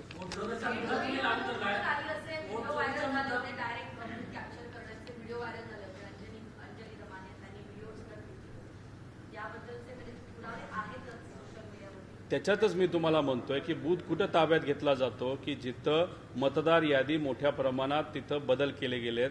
मयत व्यक्तीच्या म्हणजे जो व्यक्ती नाहीच आहे, जिवंत नाहीच आहे, त्याच्यावर दुसरं कोणीतरी व्यक्ती येऊन मतदान तिथं करत असतात, नाहीतर दुसऱ्याच नावावर तिसरं येऊन मतदान तिथं केलं जातं. म्हणूनच आम्ही म्हणतोय की अशाच बऱ्याच ठिकाणी तिथं केलं गेलंय आणि म्हणूनच व्हिडिओ जे आम्ही मागतोय ते पुरावे आहेत. पण व्हिडिओ जर म्हणजे पुरावेच तुम्ही आम्हाला देणार नसाल त्याचा अर्थ तुम्ही कुठंतरी गडबड झाली, चोरी झाली आणि त्या चोरीवर आता पांघरून घालण्याचा प्रयत्न हा इलेक्शन कमिशनकडनं केला जातो. शेवट सांगतो कोणाचं वोट चोरीच्या बाबतीत काय विषय आहे का?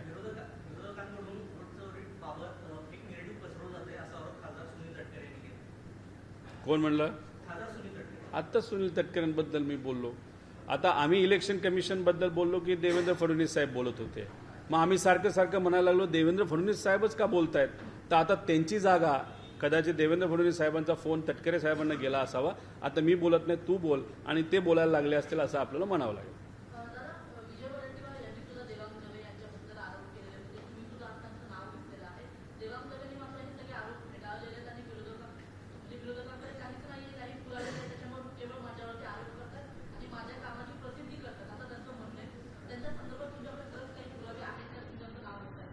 दवे नावाच्या व्यक्तीने इलेक्शन कमिशनची वेबसाईट मेंटेन करण्याचा कॉन्ट्रॅक्ट घेतला होता का?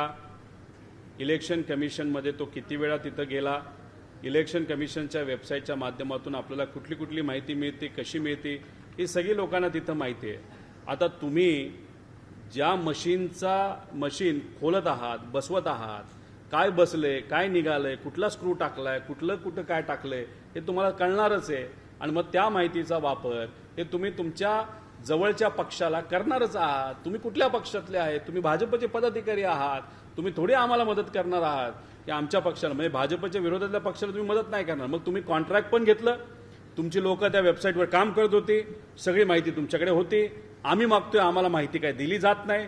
तुमच्याकडे रेडीमेड वेबसाईटच्या मदतीने माहिती तिथं होतीच. आणि तुम्ही कुठल्या पक्षातले आहात? तर तुम्ही भाजपचे आहात. सरळ दवेंचा तिथं लिंक ही भाजपला लागते, इलेक्शन कमिशनला लागते. म्हणून मध्ये जे काय घोळ झालाय तो सगळा त्यांच्या कंपनीच्या मदतीने केला असावं असं आमचं सगळं मत आहे. ओके.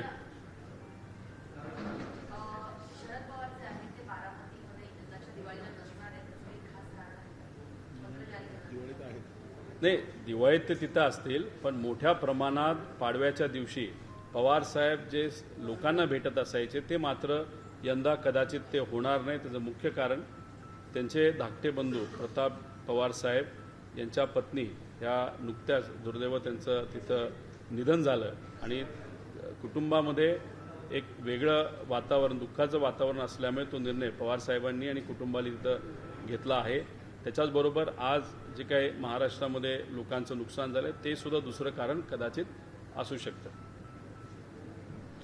ते ना हा करतो, थोडं 1-2 मिनटं जाऊ द्या आणि मग आम्ही घेतो. हां आहे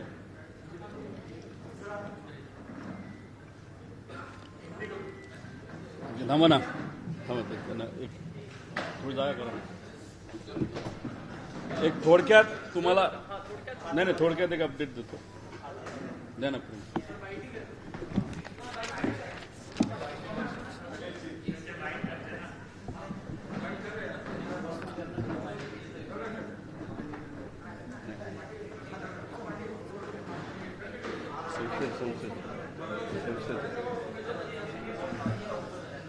फोरम फॉर सिटीजन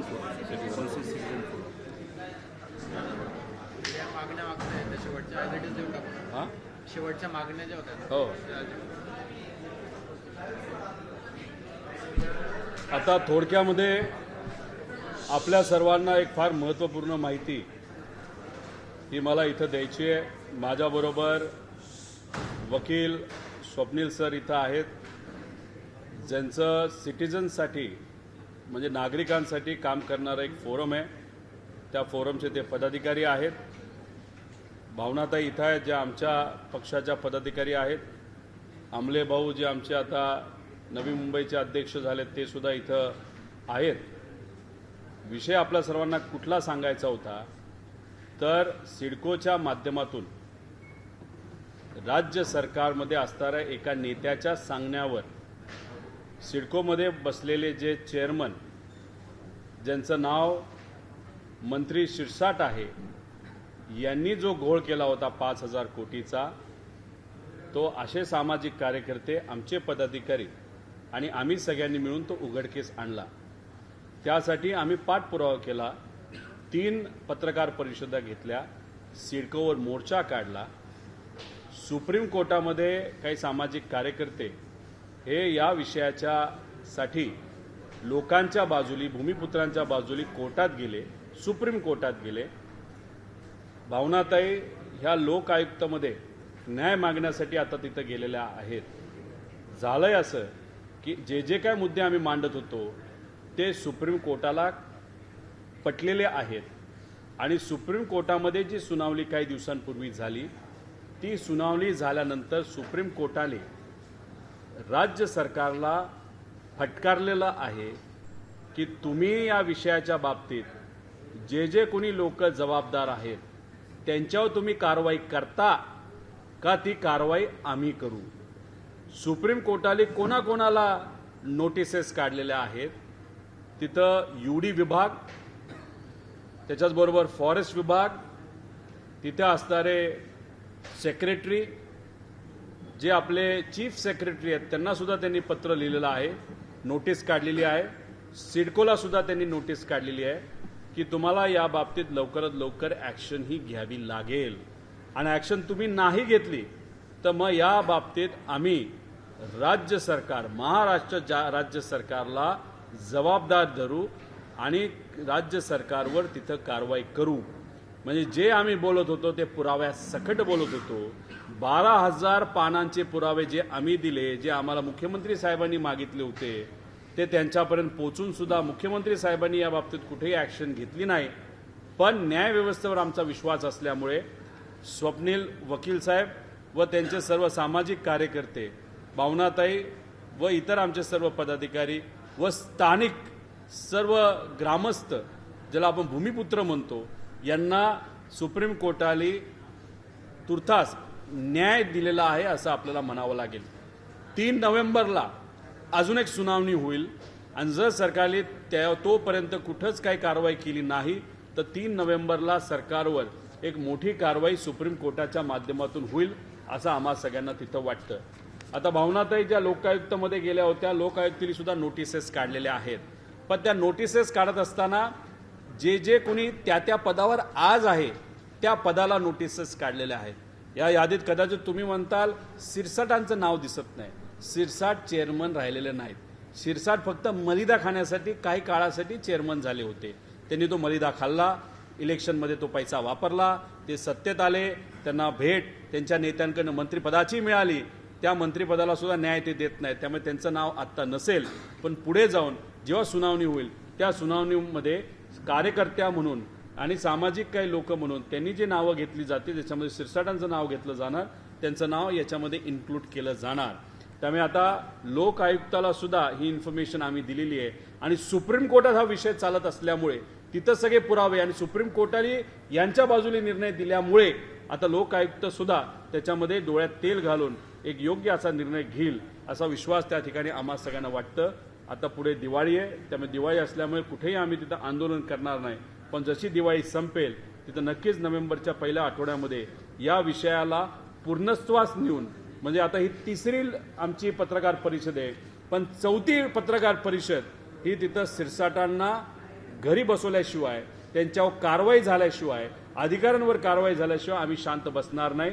पण एक सांगतो की मराठी मीडियाच्या मदतीने, तुमच्या सर्वांच्या मदतीने, स्थानिक भूमिपुत्रांच्या मदतीने व सामाजिक कार्यकर्त्यांच्या मदतीने सरकारली जो उत्मात लावला होता तर या राज्य सरकारचे म्हणजे सामान्य लोकांचे तिजोरीमध्ये असणारे 5,000 कोटी रुपये हे आम्ही सगळ्यांनी मिळून तिथं वाचवले आहेत. आणि ही फाईल बघितली तर हा आकडा 5,000 कोटीवरच थांबतो असं समजू नका. हा आकडा 70 ते 80,000 कोटी रुपयेपर्यंत जाणार आहे. ही मात्र फक्त सुरुवात आहे. त्यामुळे आम्हाला ज्याच्यासाठी आमच्या मतदारसंघातल्या मायबाप जनतेने निवडून दिलं, आमच्यावर जे लोक तिथं विश्वास ठेवतात, आम्ही ज्या निष्ठेने महाराष्ट्रातल्या लोकांच्या साठी तिथं काम करतो, त्यांची सेवा देतो, त्याला यश आले. 5,000 कोटी रुपये आता आम्ही वाचवलेत आणि पुढे जाऊन ते 70,000 कोटीपर्यंत आकडा जाईल असं आम्हा सगळ्यांना तिथं वाटतं. बोलू आता.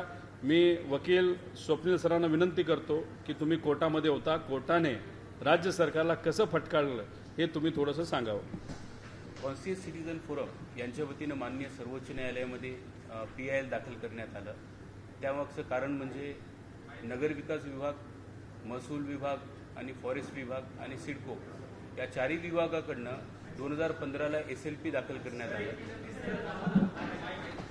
तुम्ही इथे सर बस मध्ये कॉन्शियस सिटीजन फोरम या आमच्या संस्थेकडनं सुप्रीम कोर्टमध्ये PIL दाखल करण्यात आलं.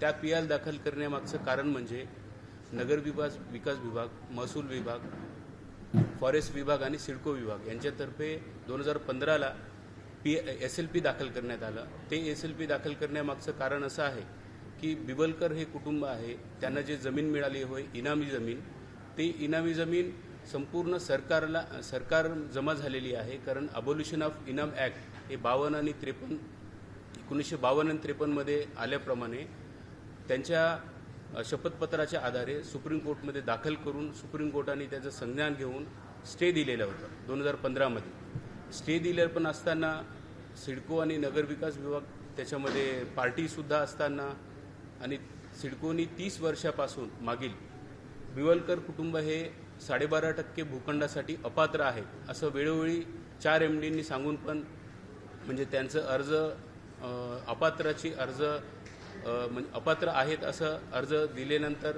त्यांना नाकारून पण अचानकपणे नगरविकास विभागाने 24 तासाच्या आत 42 टेबल फिरवून त्यांची मान्यता देऊन त्यांना 61,750 एवढं मीटरचा भूखंड देण्यात आलेला आहे. म्हणजे हे याच्या मागचं कारण काय आहे की SLP पेंडिंग असताना राज्य सरकारने सगळ्या विभागांनी पण त्यांच्या मालकी हक्कावर प्रश्न निर्माण करून सुप्रीम कोर्टाने त्याच्यावर स्टे देऊन सुद्धा हे का करण्यात आलं हा प्रश्न आम्ही मंत्रालय फॉरेस्ट मिनिस्टर यांच्या अप्लिकेशन करून दालनामध्ये ते प्रश्न विचारला. तरी सिडको विभागाने वेगवेगळ्या पद्धतीनं स्टे दिलेला असल्याचं खोटं सांगितलं. म्हणजे या विषयामध्ये न्याय मिळत नाही हे जेव्हा आम्ही बघितलं तेव्हा आम्ही माननीय सर्वोच्च न्यायालयासमोर या सगळ्या गोष्टींची मांडणी केली. रिट पिटिशन म्हणजे PILद्वारे. तर इश्यू नोटीस माननीय सर्वोच्च न्यायालयाने इश्यू नोटीस करून आणि सगळ्या विभागांना सांगितलेलं आहे की इंटरिम रिलीफ म्हणजे अंतरिम आदेश का नाही देण्यात येऊ नये. 3 नोव्हेंबर 2025ला सगळ्यांना 3 आठवड्याची अवधी देऊन तिथे त्यांचं म्हणणं मांडण्यासाठी सांगितलं. आणि सर्वोच्च न्यायालयाने असं पण नमूद केलं की तुम्ही त्वरित याच्यावर म्हणजे कोणतं तरी आदेश द्या. सगळ्या बेकायदेशीरपणे जे कारवाई चालू आहे जर तसे केले नाही तर माननीय सर्वोच्च न्यायालय त्यांच्यावर स्वतः आदेश घेईल असं त्यांचं म्हणणं होतं.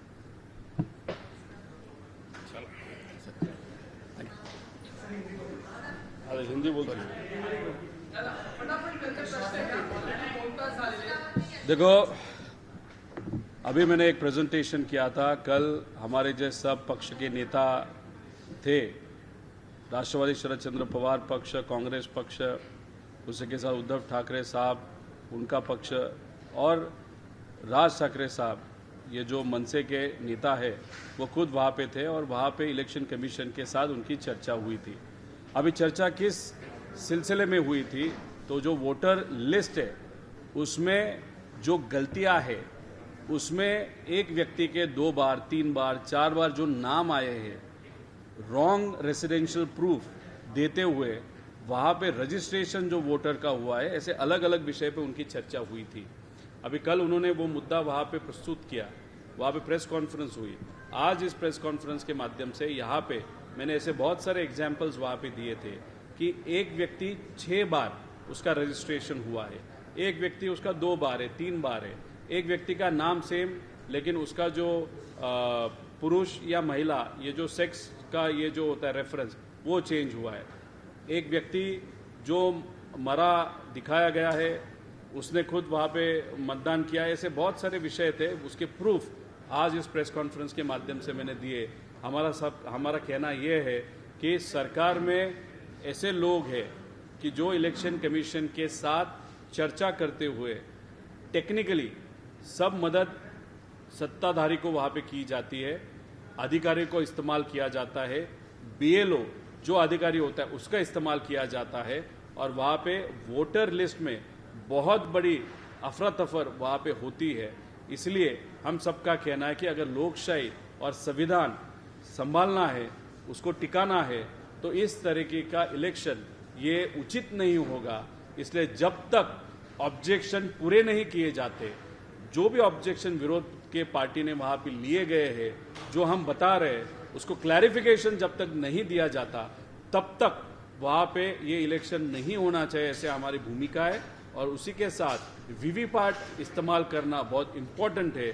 अगर वीवीपैट इस्तेमाल करने के लिए आपके पास मशीनरी नहीं है, तो आप बैलेट पेपर पे वहाँ पे इलेक्शन लो, लेकिन इस तरीके का इलेक्शन अगर मैनिपुलेटेड हो या उस पर अगर बहुत सारा गलत चीज़ वहाँ पे हुई हो, तो इस तरीके का इलेक्शन नहीं होना चाहिए, ऐसे हम सबकी भूमिका है। जिस तरीके से बिहार में SIR लागू किया गया और बाद में फिर उसकी अंतिम भी आ गई, क्या लगता है कि महाराष्ट्र में क्यों नौबत आई SIR करने की जरूरत है? देखो, महाराष्ट्र में अभी ये जो स्थानिक स्वराज्य संस्था है या लोकल बॉडी इलेक्शन है, वहाँ पे तो वोटर लिस्ट में बदल करते हुए, वहाँ पे वोट की चोरी करते हुए कैसे तो भी ये इलेक्शन वो आगे लेके जाएंगे। अभी ये जो हम बता रहे, ये अभी एकनाथ शिंदे जी जो अभी सत्ता में, उनके पक्ष को भी अभी डर लगने लगा है।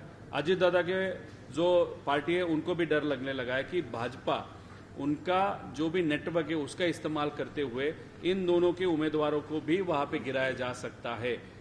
इसलिए हमारा जो डर है वो शायद एकनाथ शिंदे जी और इनका भी है। और फिर आप जो बिहार में चीज़ें हुई थी वो अभी इमीडिएटली ये इलेक्शन में होएगी ऐसे हमको नहीं लगता, लेकिन विधानसभा इलेक्शन जहाँ जहाँ पे है, जैसे कि अभी वेस्ट बंगाल का इलेक्शन वहाँ पे होगा, वहाँ पे डेफिनेटली वो इस्तेमाल होगा। जब लोकसभा इलेक्शन देश में होगा और महाराष्ट्र विधानसभा होगा, उस बिहार में जो पॉलिसी उन्होंने इस्तेमाल की वो शायद तब ये पॉलिसी हो सकती है। और हमको डर है कि इस लोकसभा में बीजेपी को, भाजपा को उतना सक्सेस नहीं मिला, जैसे कि उनका टारगेट था कि कैसे भी हालत में 400 के आगे जाने का और संविधान बदलने का, और ओवरऑल आरक्षण जो भी समाज को दिया है वो 100% वो खत्म करके वहाँ पे मनुवाद का शासन इस देश में लाने को नहीं उनको उस टाइम कर पाए थे। इसलिए आने वाले इलेक्शन में इस तरीके की वोट चोरी करते हुए ऐसे जो पदाधिकारी है, जैसे दवे नाम के एक पदाधिकारी है भाजपा के, जिनको इलेक्शन कमीशन के वेबसाइट का काम वहाँ पे दिया था, उसका इस्तेमाल करते हुए अधिकारी, पदाधिकारी और बीएलओ इन सबको हाथ में लेते हुए वोट चोरी वहाँ पे महाराष्ट्र में बहुत बड़े पैमाने पे वैसे हुई, ऐसे हम सबका कहना है। दूसरा ये कि जिस तरीके से कल MBA के टक्कर गए और इलेक्शन कमीशन 2 दिन बैठक की, राज ठाकरे का हिस्सा बने, क्या लग रहा है कि राज ठाकरे को MBA स्वीकार करेगा? और खासकर कांग्रेस जो दूरी बना रही है, कांग्रेस देखो, अभी कल कॉमन मिनिमम प्रोग्राम हमारा था कि अभी वो लोकशाही के लिए बहुत घातक है, इसलिए जो पक्ष इनवाइटेड थे या वो भी आते तो भी अच्छा होता। अभी वहां पे मन से ये पक्ष वहां पे आया था, वो अभी ऑब्जेक्शन लेना चालू कर दिया, अच्छी चीज है। आगे जाके जिस तरीके से महाविकास आघाड़ी फॉर्म हुई थी तब कॉमन मिनिमम प्रोग्राम बनाया था, जिस तरीके से बात करना है, कौन सा विषय आगे लेके जाना है, किस तरीके के मुद्दे वहां पे आगे लेके जाना है, या महाराष्ट्र का विकास किस तरीके से, उसके कॉमन मिनिमम प्रोग्राम बनाया था। आगे जाके अगर हम ये जो पक्ष हमारे जो नेता है वो डिसाइड करेंगे तो कॉमन मिनिमम प्रोग्राम बनाया जाएगा, और उसमें अगर मन से वो कॉमन मिनिमम प्रोग्राम महाराष्ट्र के हित में, लोगों के हित में वो स्वीकारे, और वो अगर किसी और पक्ष को उस चीज़ में अड़चन नहीं हो, तो कॉमन मिनिमम प्रोग्राम भी मनसे को लेके शायद बनाया जा सकता है। लेकिन ये जो निर्णय है वो हमारे पक्ष के प्रमुख नेता वहाँ पे लेंगे। आज उस विषय के बारे में चर्चा करना बहुत इमैच्योर होगा, ऐसे मुझे लगता है। कांग्रेस के नेता है अजय राय, उन्होंने हाल ही में अमित शाह को पत्र लिखकर कहा है कि RSS पर बैन लगा दिया जाना चाहिए। मानो उन्होंने पत्र लिखकर अमित शाह से देखो, उन्होंने शायद ऐसा बताया होगा कि यूनिवर्सिटी में या कॉलेजेस में आरएसएस का वहाँ पे बैन होना चाहिए। अगर महाराष्ट्र की बात करो तो ये जो यूनिवर्सिटी है, जैसे पूना है, नागपुर है और बहुत सारी यूनिवर्सिटीज़ है, उस यूनिवर्सिटी में जो प्रमुख पद पे आज जो भी डीन हो या वहाँ के जो प्रमुख है यूनिवर्सिटी के, वो उनको अगर आप देखो तो बहुत सारे लोग ये आरएसएस के लोग हैं।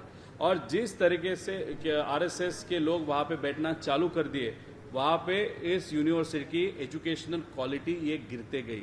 अभी हम साइंस के बारे में बात करते हैं, लेकिन ये बात चालू किस बारे में कर रहे हैं कि ये कोई अलग टाइप का जो वैदिक एजुकेशन है उसके बारे में वो बात करना चालू कर दिए। इसलिए एजुकेशन में इस चीज़ें, दुनिया आर्टिफिशियल इंटेलिजेंस की तरफ जा रही है, लेकिन हम पीछे पीछे जा रहे हैं। अभी जो आईटी में है उनको काम से निकाला जा रहा है क्योंकि नई टेक्नोलॉजी आ रही है, और जो डिग्री लेके बैठ के उनको काम नहीं। लेकिन ये जो यूनिवर्सिटी है, उस यूनिवर्सिटी में एजुकेशन सिस्टम में एक आध व्यक्ति जब अप्रोच होता है, जब नया एडमिशन होता है, तो उसको आरएसएस के पॉम्पलेट वहाँ पे दिए जाते हैं।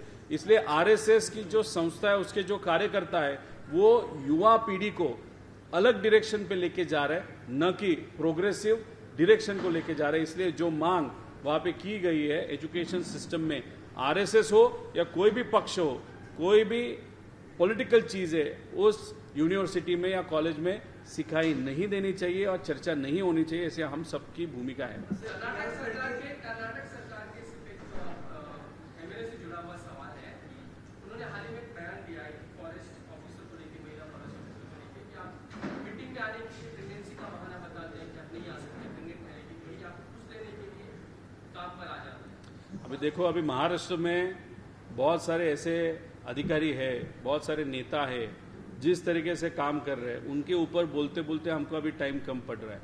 अभी कर्नाटका के एक एमएलए के बारे में हम क्या बोलेंगे? कोई भी व्यक्ति महिलाओं के बारे में अगर गलत बोल रहा है तो वो गलत चीज़ है, लेकिन कंटेक्स्ट भी देखने की जरूरत है। वो सिचुएशन क्या था, क्या विषय था, कौन से पक्ष के, वो मुझे नहीं मालूम। लेकिन अगर महाराष्ट्र की बात करो, या महाराष्ट्र में जिस तरीके का काम हो रहा है, इस सरकार के विरोध में बोलने के लिए बहुत कुछ होने के कारण दूसरे राज्यों में क्या चल रहा है वो तो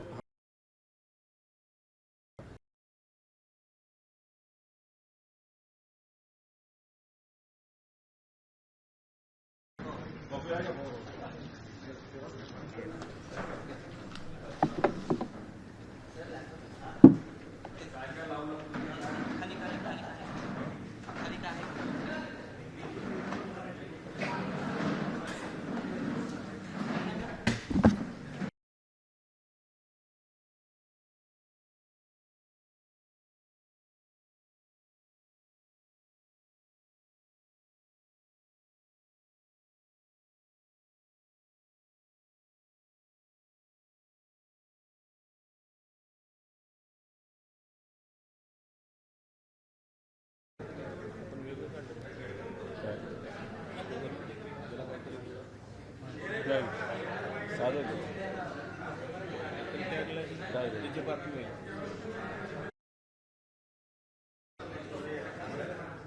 कालच्या दिवशी महाविकास आघाडीचे सर्व नेते व त्यांच्याबरोबर राज ठाकरे साहेब हे इलेक्शन कमिशनला गेले होते। ज्या काही मतदार यादी आहेत त्या यादीमध्ये आमच्या सर्व पक्षांना त्याच्यावर आक्षेप आहे, आमच्या कार्यकर्त्यांना आहे, उमेदवारांना आहे। काही महिन्यांपूर्वी राहुल गांधीजींनी पहिल्यांदा हा मुद्दा काढला होता, ज्याला आपण वोट चोरी म्हणतो। याला आपण वोट चोरी म्हणा, खुर्ची चोरी म्हणा, हक्क चोरी म्हणा, लोकशाही चोरी म्हणा, काही म्हणा, पण चोरी नक्कीच झाली आहे असं आमच्या सगळ्यांचं त्याच्यामध्ये मत आहे। आज या प्रेस कॉन्फरन्सच्या माध्यमातून काही टेक्निकल गोष्टी हे आपल्या सर्वांना आम्ही दाखवून देऊ। याच्यामध्ये आपण जर बघितलं तर लोकसभा 2024ला जो निकाल लागला तो निकाल हा एनडीएच्या विरोधात लागला। मग हा विरोधात निकाल लागल्यामुळे कुठेतरी टेन्शन आलं राज्यातल्या सर्व भाजपच्या नेत्यांना, केंद्रातल्या सर्व नेत्यांना। केंद्रात सत्ता आली होती त्यांची, पण ती सत्ता येत असताना फार समीकरण त्यांना बसवावं लागलं, अनेक लोकांच्या पाया पडाव्या लागल्या ज्या त्याच्या आधी कधीच ते पडले नव्हते. समीकरण बसलं खरं, राजधानी ही दिल्ली त्यांच्या ताब्यात आली, पण मग आर्थिक राजधानी मुंबई म्हणजे महाराष्ट्र जो 20% टॅक्सचा वाटा देणारा जे काही राज्य आहे ते हातात कसं आणायचं असा प्रश्न त्यांना पडल्यानंतर मग त्यांचं नियोजन झालं ते चोरीचं, म्हणजे मतदान चोरीचं. याच्यामध्ये आपण सर्वजण समजून घ्या की याच्यामध्ये फेक वोटर रजिस्ट्रेशन हे मोठ्या प्रमाणात झालं. म्हणजे खोटे मतदार हे रजिस्टर करण्यात आले. त्याच्यामध्ये खोटे म्हणजे व्यक्ती खोटा असेल असं मी म्हणत नाही, पण एखाद्या मतदारसंघामध्ये दुसऱ्या राज्यातले काही लोक जे शिकण्यासाठी तिथं आले होते, काम करण्यासाठी आले होते असं रजिस्ट्रेशन झालं. नाही तर दुसऱ्या मतदारसंघातले लोक सुद्धा इथं त्यांचं रजिस्ट्रेशन केलं, मतदार करून घेतलं आणि लगेच दुसऱ्या मिनिटाला त्या मतदारसंघामधून जाऊन त्यांचं मतदार केलं. असे फेक वोटर रजिस्ट्रेशन झालं. बल्क डिलिशन, जे लोक, जो समाज हा भाजपला कधीच मतदान करत नाही असे मतदार हे मोठ्या प्रमाणात डिलीट करण्यात आले. त्याचे पुरावे मी पुढच्या वेळेस तुम्हाला देऊ, पुढच्या काही प्रेझेंटेशनमध्ये देऊ. त्याच्यानंतर दुबार मतदार नोंदणी झाली. म्हणजे अशा काही लोकांची दुबार मतदार नोंदणी झाली जे कदाचित सत्तेतल्या लोकांना मतदान हे करू शकतात. म्हणजे एकदा या बूथवर नंतर दुसऱ्या बूथवर जाऊन त्यांनी तिथं मतदान केलं. म्हणजे याच्यावर आक्षेप घेण्यासारखं आहे, अस्पष्ट आहे. त्यामुळे हा मुद्दा अतिशय मोठ्या प्रमाणात त्यांनी वापरला गेला असेल BLOच्या मदतीने, असं आमचं मत आहे. आणि BLOला कुणी BLOकडनं काम करून घेतलं तर काही सत्तेतल्या कार्यकर्त्यांनी, पदाधिकारी आणि तिथं असणारे स्थानिक अधिकारी. आता मतदान चोरी कशी केली जाते? एकतर फॉर्म नंबर 6चा गैरवापर, म्हणजे नवीन रजिस्ट्रेशन नाव जेव्हा केलं जातं त्याच्यामध्ये नको त्या लोकांना नाही तर दुसऱ्या ठिकाणच्या लोकांना तिथं रजिस्ट्रेशन केलं जाणं हे फॉर्म नंबर 6च्या माध्यमातून केलं जातं. फॉर्म नंबर 6A चा गैरवापर म्हणजे डिलिशन. हा फॉर्म कशासाठी वापरला जातो? डिलिशनसाठी. त्याचा गैरवापर केला गेला. विरोधातले मतदार मयत दाखवणे, म्हणजे याच्यामध्ये असे काही गोष्टी आढळून आलेल्या आहेत की हा व्यक्ती मतदान हा भाजपला कधीच करणार नाही, तर सत्तेतल्या लोकांना करणार नाही, म्हणून त्याचं तिथं मयत दाखवण्यात आलं. असे काही प्रकार हे आपल्या सर्वांना बघायला मिळाले. आणि मयत मतदाराच्या नावावर मतदान, त्याचा एक पुरावा मी तुम्हाला देतो की ज्याच्यामध्ये एखादा मयत व्यक्ती आहे आणि त्याच्या नावावर मतदान झालं. आता लांब कुठं कशाला जायचं? मी माझ्या मतदारसंघापासून याची सुरुवात करतो. आता याच्यामध्ये बोलताना फक्त एकच सांगतो, महाराष्ट्रातील मतदान हे कसं वाढलं बघा. लोकसभा 2019 ते लोकसभा 2024 5 वर्षाच्या कालावधीत एकूण झालेली मतदारांची वाढ किती होती? 32 लाख. प्रति वर्षाला किती वाढले? 6.5 लाख वाढले. प्रत्येक महिन्याला महाराष्ट्रामध्ये किती मतदार वाढले? 54,000 वाढले. आता लोकसभा झाली, सत्तेतल्या लोकांची पिछेहाट झाली, मग हे घाबरले. मग 5 वर्षात जेवढी मतदार नोंदणी नाही झाली तेवढी मतदान नोंदणी 6 महिन्यात झाली. ती कशी? लोकसभेनंतर 2024 ते विधानसभा 2024 6 महिन्यांमध्ये एकूण झालेली वाढ ही 48 लाख झाली. म्हणजे प्रत्येक महिन्याला 8 लाख लोकांची नावं मतदार यादीमध्ये आले. म्हणजे 2019 लोकसभा ते 2024 लोकसभा महिन्याला 54,000ची वाढ झाली. पण इथं आपण जर बघितली 6 महिन्यामध्ये 8 लाख लोकांची वाढ झाली. म्हणजे एवढ्या लोकांचा जन्म हा अचानक त्या काळामध्ये, म्हणजे 18 वर्षाच्या आधी असं अचानक झाला की लगेच त्यांची नावं नोंदवायला लागले, असं काय झालं का काय वेगळं झालं? पण याच्यामध्ये नक्कीच आक्षेप घेण्यासारखं आहे. डायरेक्ट 54,000 महिन्यावरनं वाढ ही 8 लाख महिन्याला तिथं वाढ झालेली आहे. आता महाराष्ट्रातील मतदान वाढलेले मतदारसंघ कुठले? एक मी तुम्हाला इथं यादी दाखवतो, म्हणजे थोडक्यात दाखवतो. ती यादी ना शेवटी दाखवतो, ठीक आहे, काय हरकत नाही. आता मी माझ्या मतदारसंघाचं तुम्हाला सांगतो. लोकसभा 2019 ते लोकसभा 2024 5 वर्षामध्ये माझ्या मतदारसंघामध्ये 26,000 मतदार वाढले. प्रति वर्षाला 5,229, प्रति महिन्याला 435. विधानसभा 2019 ते लोकसभा 2024 18,490 मतदार वाढले. 4,100 प्रत्येक वर्षाला म्हणजे 341 महिन्याला वाढले. लोकसभा 2024 ते विधानसभा 2024 हे जास्त महत्वाचं आहे. 6 महिने 14,116 मतदार वाढले म्हणजे महिन्याला 1,173. पण महत्वाचं असं आहे, अशी यादी ज्याच्यावर आम्ही आक्षेप घेतो 31 ऑगस्ट ते 1 ऑक्टोबर 2024ला म्हणजे एका महिन्यात या यादीवर आम्हाला आक्षेप घेता येत नाही. ही यादी ऑटोमॅटिकली ही लोड झाली, त्याचा विरोध सुद्धा आम्हाला करता येत नाही, आक्षेप सुद्धा करता येत नाही. एका महिन्यात त्यांनी किती मतदार वाढवले? माझ्या मतदारसंघामध्ये 4,891 मतदार हे एका महिन्यामध्ये शेवटच्या यादीमध्ये वाढवले. त्याच्यामध्ये आम्हाला अधिकार सुद्धा नाही तिथं आक्षेप घेण्याचा. दुर्दैव आहे. लोकशाही मेली का काय, नाही तर इलेक्शन कमिशन लोकशाहीला मारतं का काय असा प्रश्न हे बघितल्यानंतर आम्हा सगळ्यांना तिथं वाटतं. आता कर्जत जामखेड असेंब्ली अनालिसिस करूया. ॲडिशनल आफ्टर लोकसभा म्हणजे लोकसभा 2024 नंतर 14,292 मतदार वाढले. आता याच्यातून डिलीट किती झाले लोकसभेनंतर? म्हणजे कदाचित आम्हाला मतदान करणारे ही लोक असू शकतात, काही मयत सुद्धा त्याच्यामध्ये असू शकतात. किती कमी झाले? 6 महिन्यामध्ये 5,360 मतं कमी झाली. म्हणजे दिसताना काय दिसतं? 14,292 वाढले, 5,360 कमी झाले, प्लस मायनस करून 9,000 वाढले असं फक्त दिसतं. कदाचित तो आकडा कमी दिसतो, तसं नाही. वाढले 14,000, कमी झाले 5,300 आणि या कमी झाल्यामध्ये काही आमचे सुद्धा मतदार मोठ्या प्रमाणात त्याच्यामध्ये होते असं आमचं मत आहे. आणि दुबार वोटर्स म्हणजे डुप्लिकेट याच्यावर आक्षेप घेण्यासारखे 14,162. अजून एकदा त्यांना मतदान करण्याचा हक्क आहे, 2दा आहे, 3दा आहे, असे डबल ट्रिपल नावं आलेले किती आहेत? 14,162. हे वेगळे, वाढलेले वेगळे, मायनस झालेले वेगळे आणि त्याच्यात हे दुबार असणारे वेगळे. हे तुम्ही सगळ्यांनी समजून घेतलं. आता हे कसं करतात? काल कदाचित टेक्निकली काही लोकांनी सांगितलं नाही, हे टेक्निकली तुम्हाला सर्वांना सांगतो. फॉर्म नंबर 6चा गैरवापर म्हणजे नवीन यादी मतदारांची कशी ऍड केली जाते, तर त्याला सगळ्यात महत्वाचं काय लागतं? पुरावा लागतो, फोटो लागतो, राहण्याचा पुरावा लागतो. मग सगळ्यात सोपं काय? तर आधार कार्डचा वापर केला जातो. आधार कार्डमध्ये काय लागतं? पासपोर्ट साईज फोटो कुठेही मिळू शकतो, मोबाईल नंबर लागतो, कोणाचाही टाकता येतो, कुणी तिथं चेक करत नाही. पण आधार कार्ड हे सगळ्यात मोठ्या प्रमाणात दुर्दैवाने दुबार मतदार नोंदणी, त्याच्याचबरोबर दुबार मतदानासाठी खोटे मतदार बाहेरून आणून इथं खोटे मतदार ऍड करण्यासाठी सगळ्यात मोठा वापर कशाचा झाला असेल तर तो आहे आधार कार्डचा.